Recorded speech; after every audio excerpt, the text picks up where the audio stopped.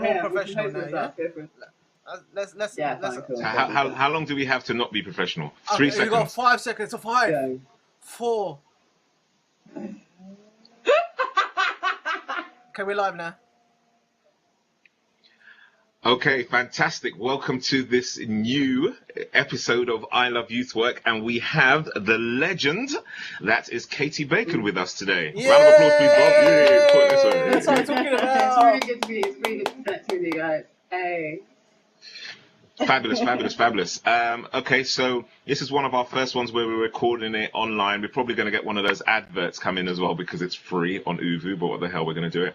And what we want to do is we want to glean as much information as we can from you, Katie, today. And so be prepared to be bombarded with questions, but we know that you can handle it. And we're looking forward to a really exciting episode. Cool. No, I'm going for it. Bring it on. I'm used to Spanish Inquisition. You get a lot of it with social media. Welcome Okay. to I Love So Youth Work. Oh yeah, big up I Love Youth Work. I think just to say, I think it's fantastic what you're doing with the podcast. I think you have very authentic conversations. You ask difficult questions with a bit of splash of humour, but actually, I think there's some real honesty coming from you guys and people you're connecting with, and I think there needs to be a lot more reflection taking place as well within the youth sector and educational sector. Okay, well, thank you. For those of you who don't know what I Love Youth Work is, we are basically a podcast, and we are really passionate about getting those who are youth workers or involved in youth work to be a lot more inspired about what they do, sharing best practice, and just basically being able to empower each other across the fantastic interwebs. But before we go into the serious stuff, because you know us, we just don't do serious stuff. We used to have a jingle, but we're not doing one today. We'll do it a bit later or what have you. I'm going to ask you, Katie, before I go into the meaty things, you've got to tell us 3 things. 2 of them are the truth and 1 is a lie. There you go. Fire away. 3 things. 2 things are a truth and 1 is a lie. Okay, I lived in Japan for a year. I was busted by the police breaking into a swimming pool. And I like to do ice climbing. You like to do ice climbing? Ice climbing. Up an icy thing, not like in the fridge. That's a lie. I'm thinking not that's like a lie. climbing in the fridge and going, give me the ice, give me the ice. You get like the cabin thing, so you can like go up the ice fields. Yeah, that's what you do. I don't believe the last one. Nah, no, yeah, that was Okay, that's true. The last one is a lie. The last one's a lie. It's an ambition. My husband used to do it, so that's my ambition. Okay, I know exactly. okay. All right, good. So well, thanks for joining us, so Katie. Thanks for joining us, Katie. It's been a really great interview. We've learned so much. Bye. That was all the questions. That was the questions. That was the questions that they had. That was all the questions. Yeah. Okay, all right, let's go serious now. Not that we ever are serious. My first question to you, Katie, for those who do not know who you are or where you're from, could you give us a synopsis of what you're about and your link in with youth work? Okay, cool. So my name's Katie Bacon. I've been a qualified youth worker for over 12 years. My background is I did my training in Derby as a community youth work practitioner. I've worked in Japan, New York, and Canada. I worked in Nottingham on the Street Crime Initiative as a Connections Personal Advisor. I worked in Devon with domestic violence victims, witchcraft, and 16 to 24-year-olds, forcing them back into work. Then I relocated to Bristol.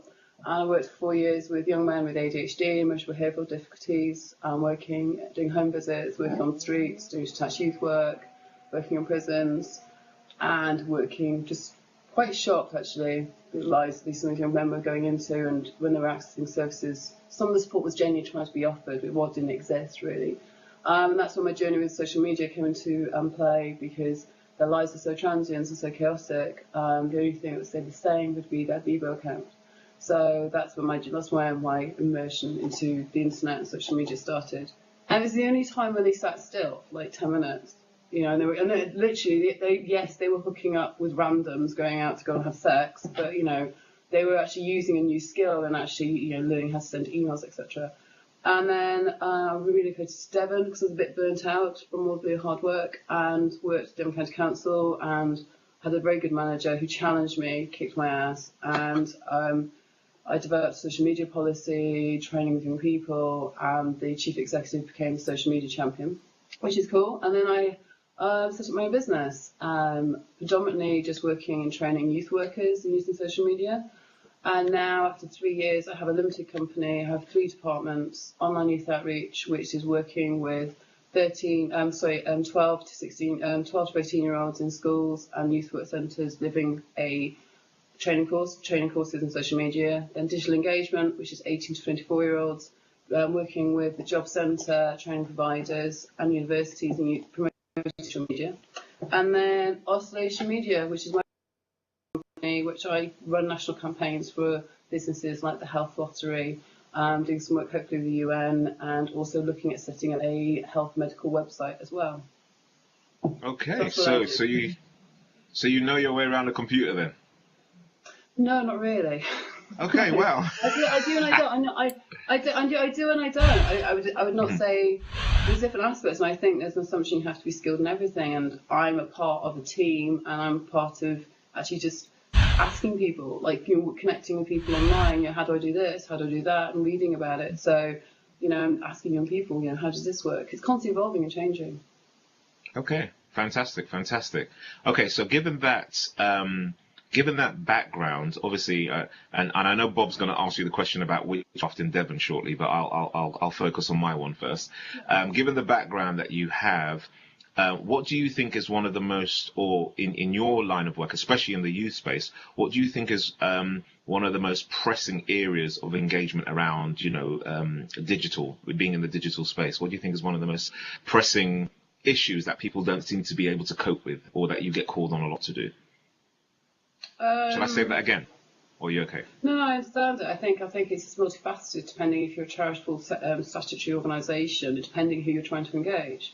I think there's an assumption it's quite a simplistic process, and it can be, but there has to be a strategy and a business model of, to justify why you're using social media or the internet. So if you're using it to support young people's progression, and then it's really important to have the collaboration and the planning, delivery, so it's authentic and implicit to their needs, which might challenge the overall organisational structure. But then if you're trying to engage with your stakeholders, investors, and I think that's the greatest challenge is either a frontline practitioner or a senior manager aren't communicating to each other, and there's 2 very different agendas which are missing. And sometimes what I see my role is doing is demystifying some of the assumptions and misconceptions of some of the social media platforms in regards to their privacy settings. And also then reflecting, how risk averse are you as an organisation? What can you do to minimise or reduce those risks? And realistically, we're having to work in an era where we have to do a lot more with less. But face-to-face work is really, really important. But social media can enable us, and the internet can enable us to strengthen the ambient relationship in between face-to-face sessions and engage those young people who would never come through our front door. Be it a connection centre, be it a youth centre, be it school. Some young people are not attending school, and this is an opportunity to engage the hardest to reach, but also the average Joe, the average young person living up in Birmingham who's just quite isolated and quite, a bit despondent about what their options are. So yeah, but there's quite a lot actually. There's not one challenge. Sorry. Okay, no, that's fine. I have one more question. No, don't apologize. It's all good. I've got one more question before I'm going to hand over to Bob, who looks like he's going to jump on my head and say, "Shut up, Dave, and stop talking."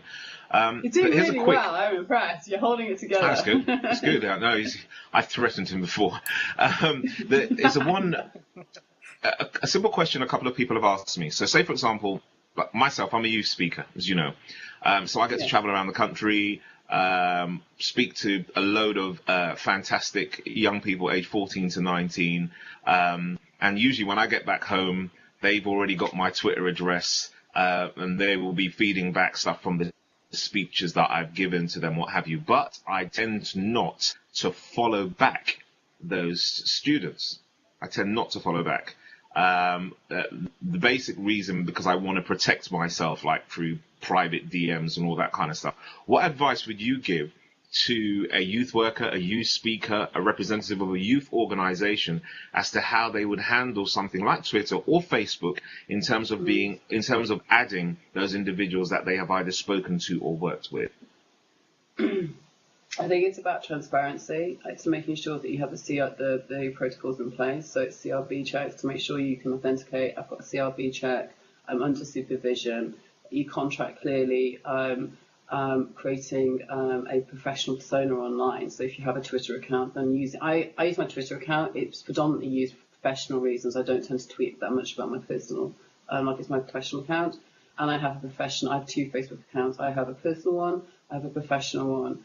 And I've told Facebook this because I went to a meeting at the head office and said, this is how we're rolling, because I'm working with vulnerable young people and my family and friends it's nothing to do with them, and I'm keeping it separate. So my advice is really create distinct separation between your professional persona and your online persona. And in your professional personas, have your supervisor or your manager become friends so they can monitor and assess what, and observe that the conduct is appropriate.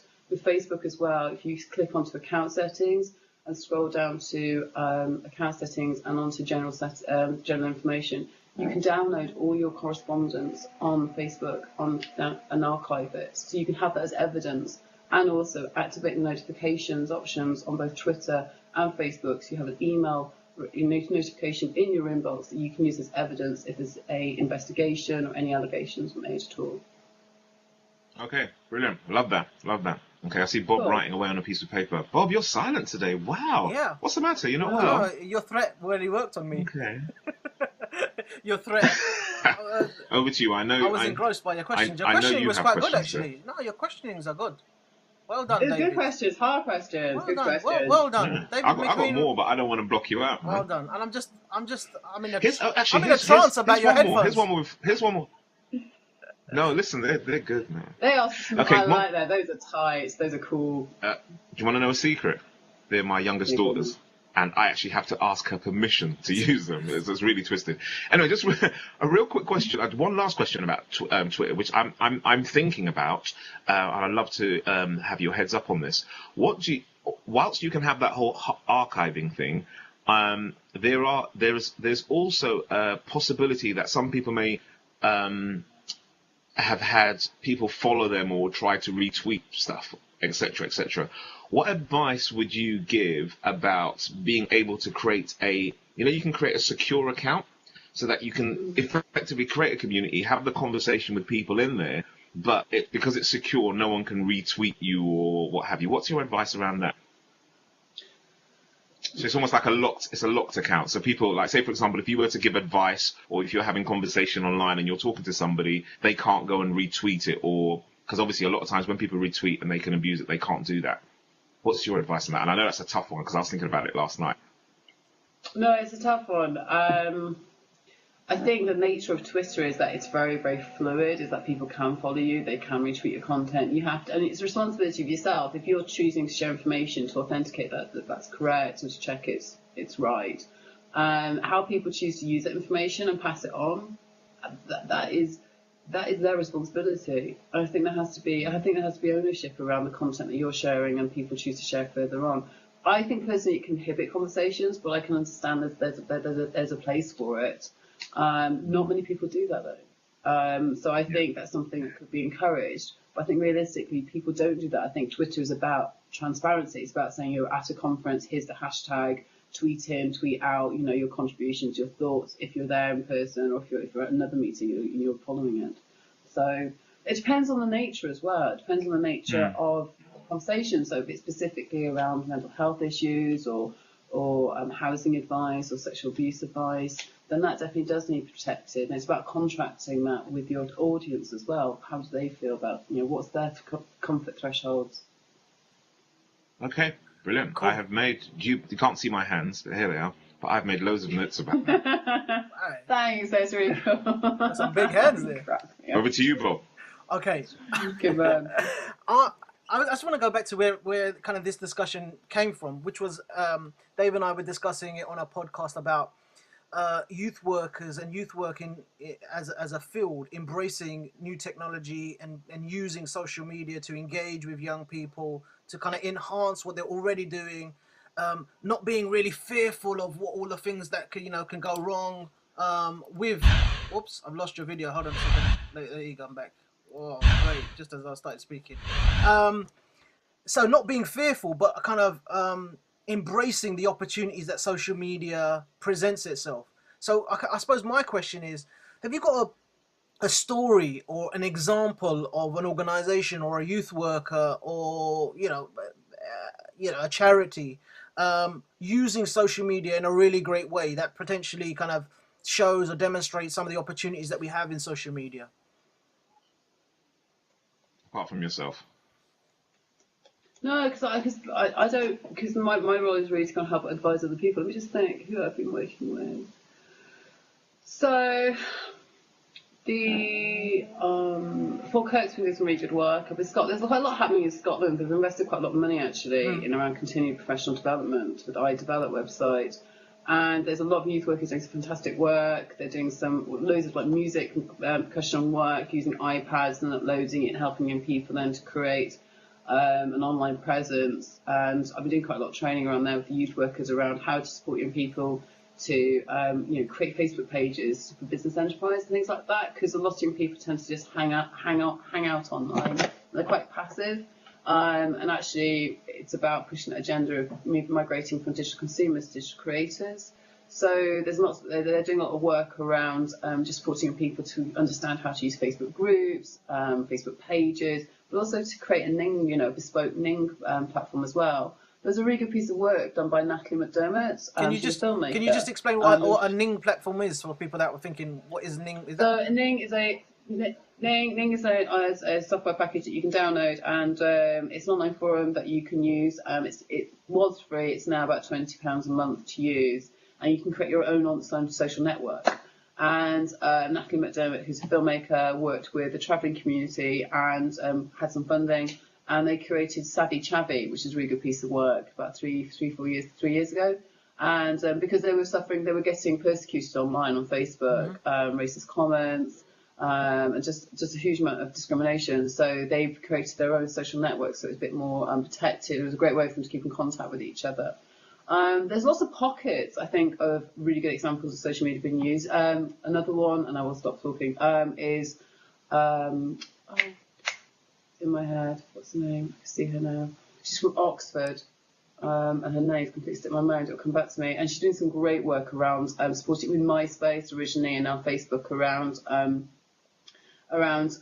promoting young bands, the youth service, and just the provision. And they were using a lot of they were using World of Warcraft and just hanging out online on the headcams, talking to young people, because young people were feeling comfortable in their space and that medium, playing games, but also having a chat with the youth worker around just general life things really, and just doing that reflective kind of critical reflection. It sounds like. What do you define as success, though? I suppose, Bob, to you. I think I get a bit overwhelmed by what does success look like, because I think there's lots of different ways, and it's digital storytelling. It's about using social media, and I think that's a challenge as practitioners.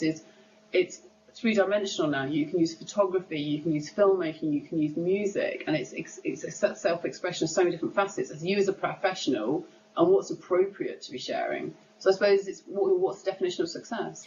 Well, I suppose my definition of success is about what your outcomes were and if you're achieving your outcomes.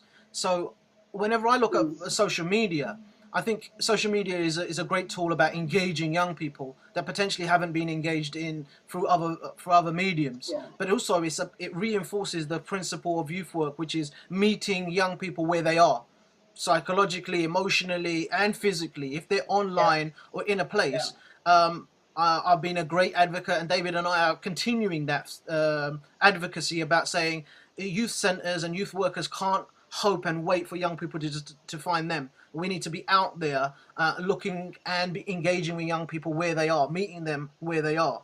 So I think my success in that terms would be success is about finding and engaging with young people that potentially haven't engaged with youth support services. So I mean, some of the things that you've mentioned, are great examples, and I want people to kind of listen to this podcast. And if you're listening to this podcast, to be able to go away and look at great practice and good practice before they get into reports. Because I think one of my peeves is that it takes a long time for great good practice to kind of get into reports and been published. And by that time, almost the world has moved on. So we need to kind of accelerate that. And this is what this podcast is about, accelerating. Someone's doing some really great stuff. Instantly, we need to be able to do that, because that's where young people are. They're constantly being updated. So probably my next question might kind of bring out some of that more, which is, what are the 3 dead cert things that you could do to really mess up a social media engagement campaign? What are the kind of deadly mistakes that you would say, don't do this? If someone's listening here and saying, you know what, I need to take my service or I need to take my organization onto social media, what are the things that you would say, you shouldn't be doing this? Because I think the opposite is what people could potentially do. So what would you give as some, you know, if I'm coming to you as a youth worker and I say, look, you know what, I'm not really engaged in social media, I'm a little bit scared. What are the 3 things that I definitely shouldn't be doing? And if you like, what are the 3 things that I should be doing to get myself into the social media space?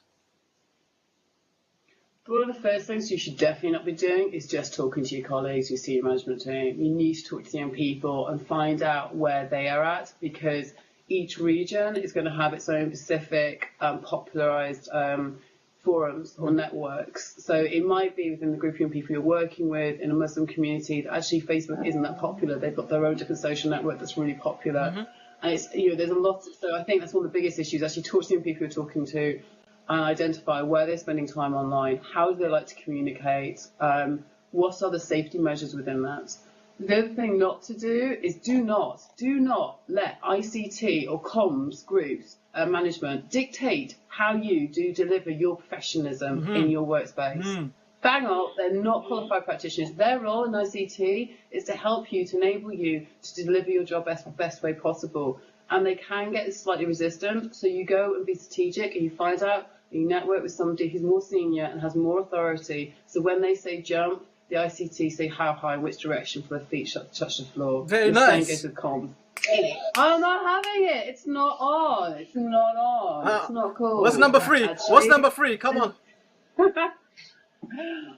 Number 3, actually grow up and actually read and study.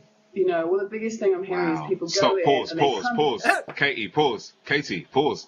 We want you to say that again, but we want you to say it nice and slowly so it can be like in capitals visually. Say it again, lady. Read and study. You know, because there's so many people are not doing that. They're kind of like going so enthusiastic and they're heading straight into it. And it's just like, what are you doing? Rewind right now and actually go and spend time, sit down with a cup of tea and some Jaffa cakes and spend every week just maybe a couple of 20-minute slots. Just look, go and have a look, go and check it out, go and find out. Don't go reinvent the wheel, go and find out who else has done it, what's worked, what's done, what they should do differently. Talk to people. There's so many people working in clusters, and I go and do training consultancy. It's like, whoa, come back. You're wasting so much time and expenditure.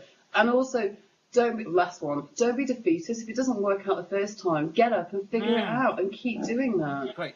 End of. I think they're great tips, and we want people to be able to take tips away and say, look, this is what I'm going to be doing. I think we mentioned in the last podcast, you know, it's about not having unrealistic expectations about followers and people retweeting, but it's kind of getting into the game. Would you agree? It's about going in there, but also remembering that social media is an extension of communication we already have. So you shouldn't be kind of pretending to be something else, kind of going in there all fake, and forgetting your professional boundaries, all the stuff that you've learned around child safeguarding, for example, and then kind of going into social media. The critical mistakes I see all the time is people kind of being someone completely different, or the organization trying to be completely different online. Would you agree that there needs to be a kind of a similarity? It's kind of like, I do agree, and I think for me it's about reflecting the ego state, either your real self, your ideal self, or perceived self online in your professional persona. It's also about what are the boundaries around the information you're going to share. And also, as an organisation that goes online, an organisation is composed of people. So there's going to be differentials of value bases, life experiences, risk thresholds, confidence to be able to use some of these tools. And I think it's really important that people invest the time to decide. So as a brand, so as an organisation, be it a youth organisation or charitable or local authority, are they looking to just talk at young people? Or are they looking for interactive, dialogue, collaboration, learning, participation, offering support services? And I think the challenge for a lot of senior people, particularly, is around they're used to dictating and talking at people, and actually the thought of, and that challenges them around power and control, around the filter bubble as well around, hang on, young people are saying this. That means we have to adjust our services. Is that what we can do? It's challenging. We've got to see there's serious issues going on in the UK with young people. Oh, yeah, They're for sure. really tough issues. Yeah, for sure, for sure. We've had 2 questions come through. David, can I just put those questions and then come back to you? Can we do it like that in an organised way? Yeah, do. I know. I was going to say, I know Katie's time is short, so let's throw those 2 at her, and then we'll kind of like round up after that. Okay, so one of the questions we had was from Winston Goody. How would you pronounce that? From London Youth? Good. Winston Good. Mr. Good. And his question is, how do we consider safety implications for young people and workers in navigating risks? Where do we draw the line?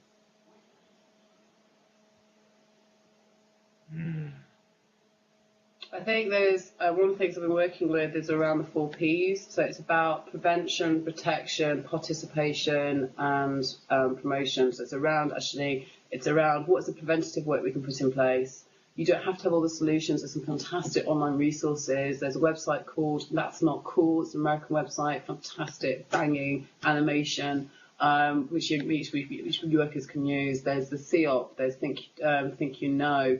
I think you need to categorise as you would do a risk assessment offline. You need to do it for online. So it's investing time mapping out what's the concept, what's the engagement. Is it around promoting local services in your area? Is it around doing a consultation? Is it around advocacy? Is it around delivering a specific service?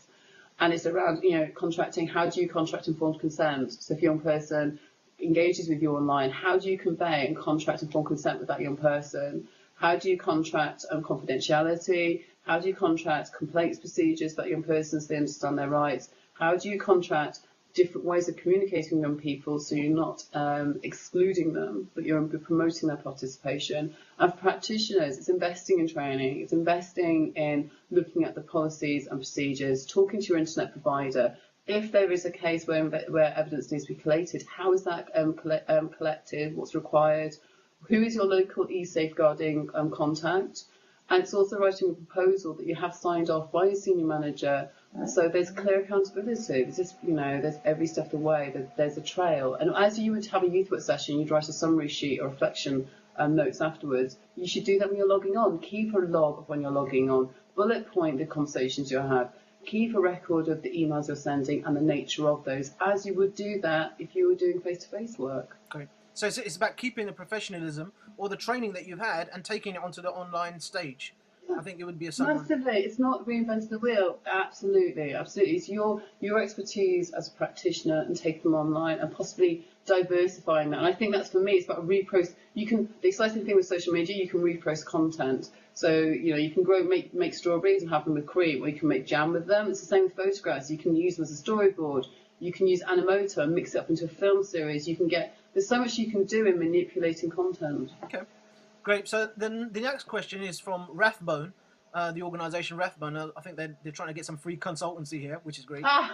Which says, I know that, we would like to know if Katie has any experience of working with NEETs and social media. In our experience, they are hard to reach digitally. Okay, there's a belief there. And if there was any way we could do this, we would like to know her opinion on how this could be achieved. So how to engage with NEETs.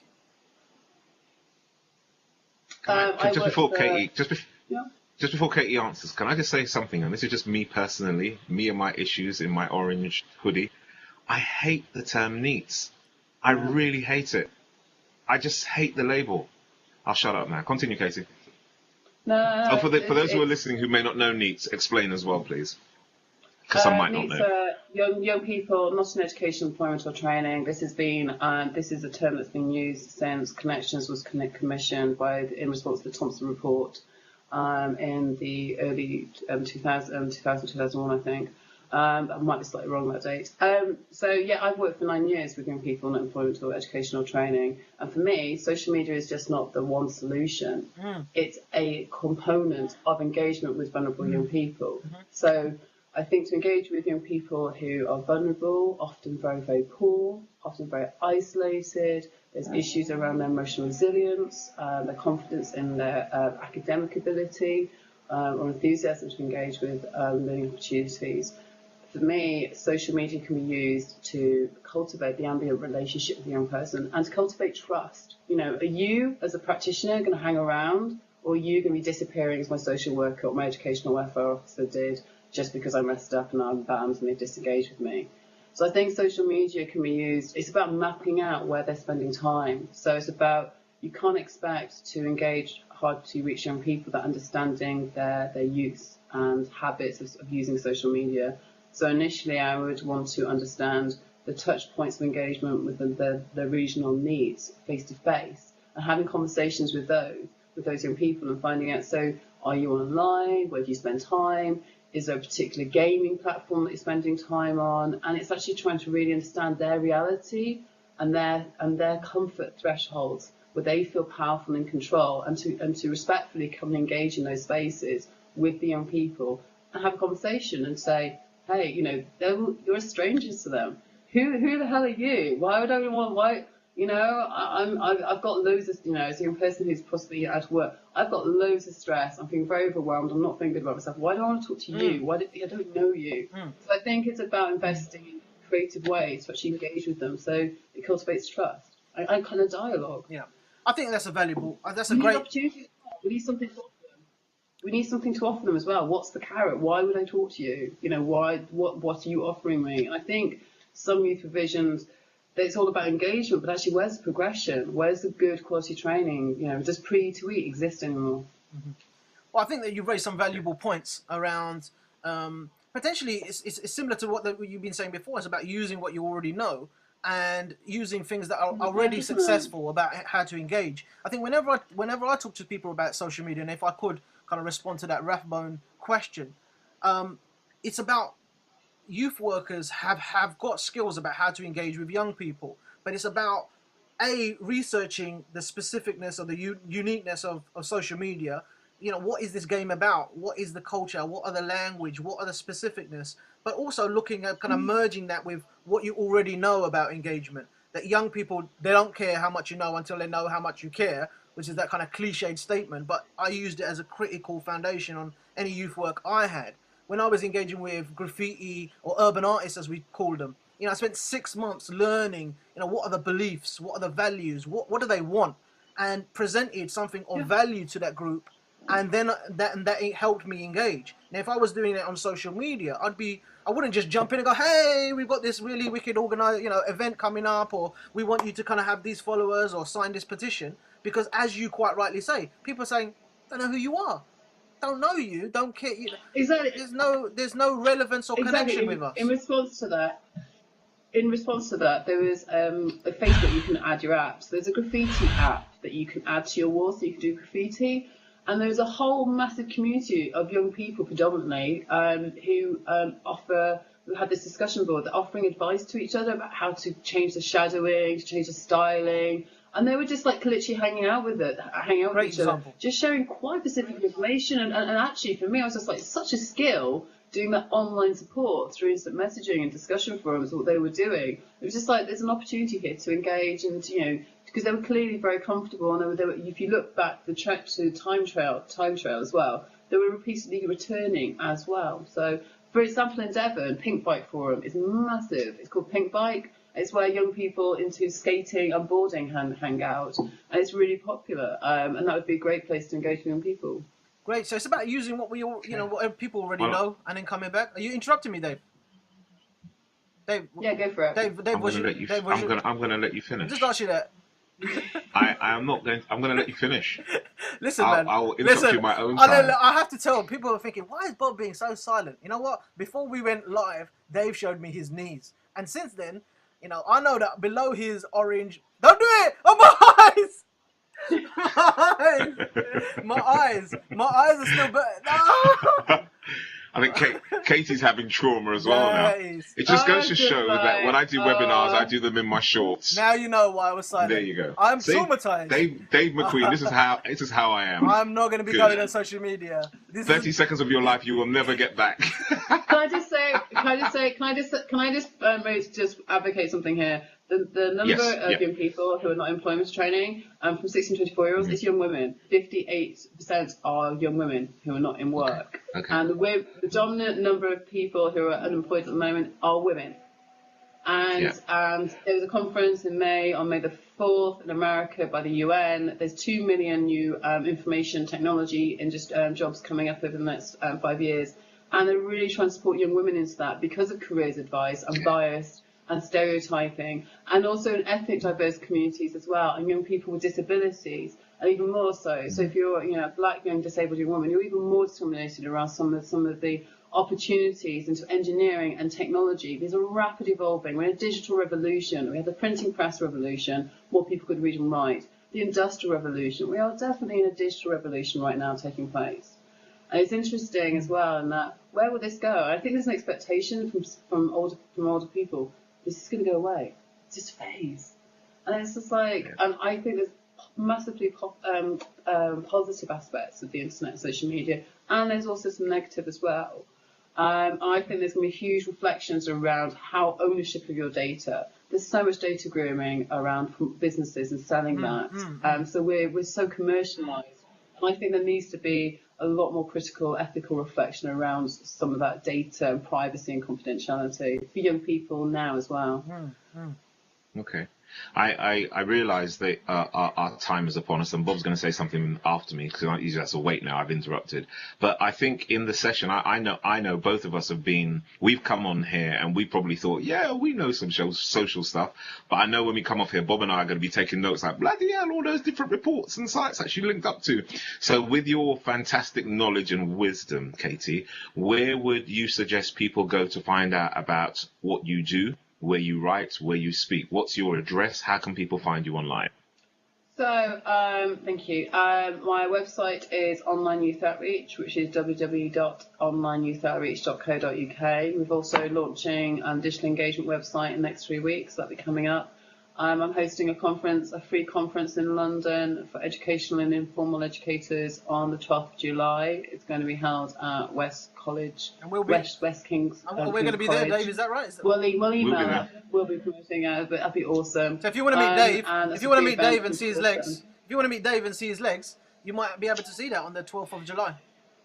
I think, you know what? I think you should actually streak across the theatre in front of everybody, just your kneecaps. What are you talking in your about? orange top. No, she didn't. Katie, you have no idea she didn't say that. what you just put. I know. She didn't mean that. I'll ask my kids' permission first. I'll change my name to Theophilus P. Wildebeest or something. No, fantastic. I'd also go to Youth Work Online. We're going to be hopefully, we're going to try and get some funding to really activate it and kick it, mobilise it as a resource. And actually, you need to get a little bit stalkerish. Not on me, but actually go onto my Twitter account, find out who I'm talking to, find out then who they are talking to, because that's the way to do. Is actually you have to be a bit proactive. Imagine that. You could stalk. You could stalk Tim Davies. Let's have a shout out for Tim Davies and let's encourage everyone. Let's stalk him. Davies. If you like people that don't have moustaches and just beards, then Tim Davies is your guy. What's wrong with that? You're going to be in so much trouble, boy. What's wrong with that? No, that's a good thing to say. But seriously, is it at Katie_Bacon, your Twitter address? That's correct. Yeah, that's cool. Yeah, that's okay. it. At Katie_. I mean, obviously, when we post this podcast online, all the links and stuff that you talked about will be in the written form as well, as audio or visual. So it's just great to know all these. I think I'm going to leave Bob to round up because he looks really excited and he looks like he wants to close it up. But I know it's been absolutely fascinating talking to you, Katie. It's been so valuable for us. You're still in shock? Oh, I'm in shock. Yeah. Talking about your knees and nudity and it's just shocking me. I need to go and lie down. So before I do that, what I want to say is thank you so much. We knew and we was conscious that so many more questions were going to be posed and so many more kind of stuff was going to be coming out of this thing. And there was no way that we'd be able to cover all the questions or what people wanted to know about. So, rest assured that we're going to be coming back to you. Be a regular guest on this podcast. You'll be able to feed back into this. We want it to be an open community, not just Dave and I just babbling on about. People could probably guess that we had kind of run out of things to say. So this is something that we want to. No, you haven't. I think it's about really pushing you. I really want to promote I want to really promote what you're doing and have your podcast and youth work online and try and really integrate it and promote it. I think it's a really good thing to do. Cool. So we feel the love, Katie. We feel the love. Come have a hug. Is that something? Is that something that we've made up? That's right. Are we hugging ourselves? That's our mutual, like mutual hugs, man. Online hugging. Yeah. Bob's so uncomfortable. He was like. Listen, I got trousers on, and I'm assuming you got trousers on. So you and we're on that rapport level. This guy doesn't have any trousers on. I don't know. It's each to their People own. who do webinars with trousers on have issues. Simple. So on behalf of Dave and listen, and all the people that are listening, thank you so much, Katie, for sparing some time to do this. It's a pleasure. Thank you, Definitely Katie. keep in contact. I will send you some legend. pictures as well on the email. So I'll do that now. So you got it. Okay. Cool. Awesome. Take Fabulous. it easy. Thank you. I will be in Take contact. care. Later. All right. See you on the July as Definitely. well. Bye.